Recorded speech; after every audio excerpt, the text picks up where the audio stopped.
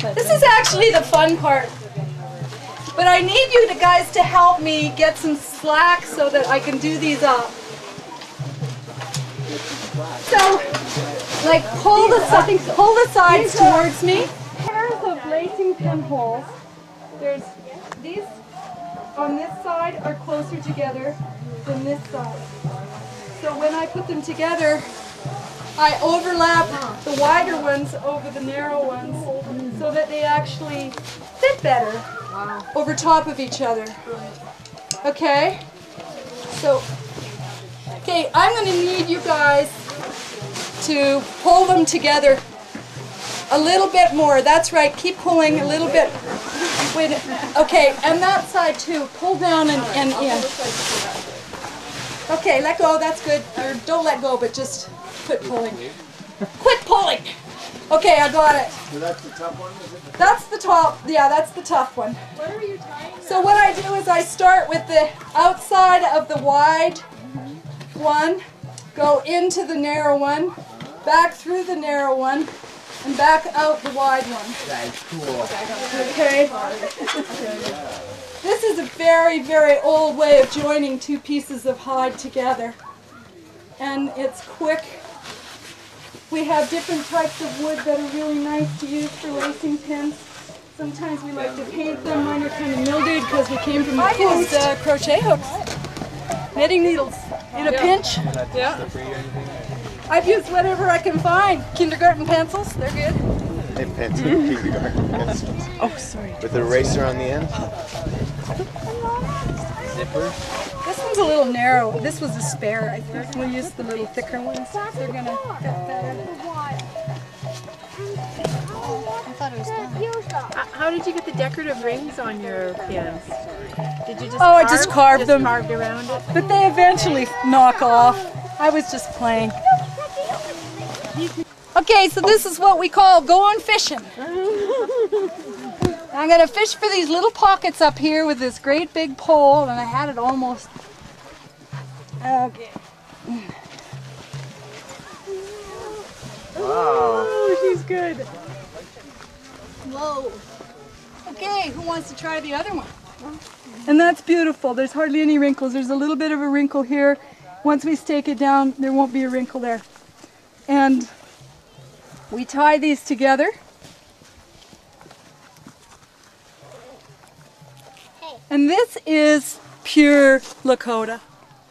Most of the other tribes don't do this. But what we want to do is bury that nice little pole that we had, the long one. We want to dig a hole here and bury the pole. And this is where they hung the guy ropes. And then from this little pole, sometimes they'd even do a tripod or something, but burying it is best and tamping it down so it's nice and solid. You could even bury it at an angle a little bit so it's pulling up. And then they would hang their shields. They would hang all their amulets, their identification, so when you go by the teepee, you can see somebody's home or it's an announcement place. They would never hang anything on the guy ropes themselves because it actually will interfere with the functioning of your smoke flaps. Now if you were going away and you wanted to close the smoke flaps, you would undo it and you can cross these ropes in the front and tie them down on either side, close up the poles. I'll show you how to do that. And then you can really secure your teepee from weather. I like to stake the door down first and then I go around and stake the back down. You can hold that there, Galil, if you want. So what I do is I pull it out as far as I can and still touch the ground and try and get it at an angle. And I just really pull it over, you know, as far as I can. And then as I'm pounding it in, of course, it wants to pull in.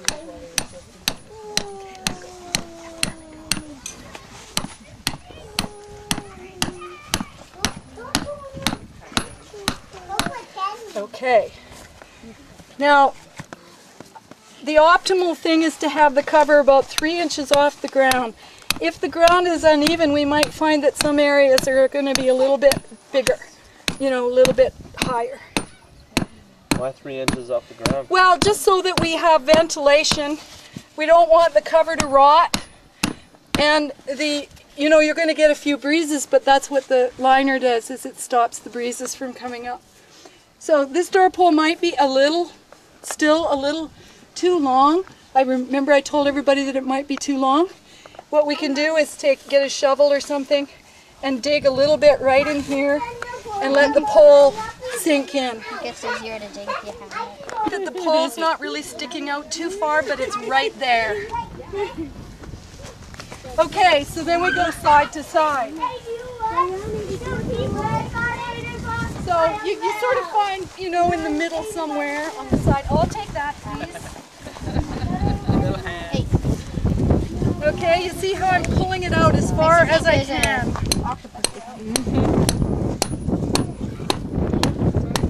This is nice, solid earth.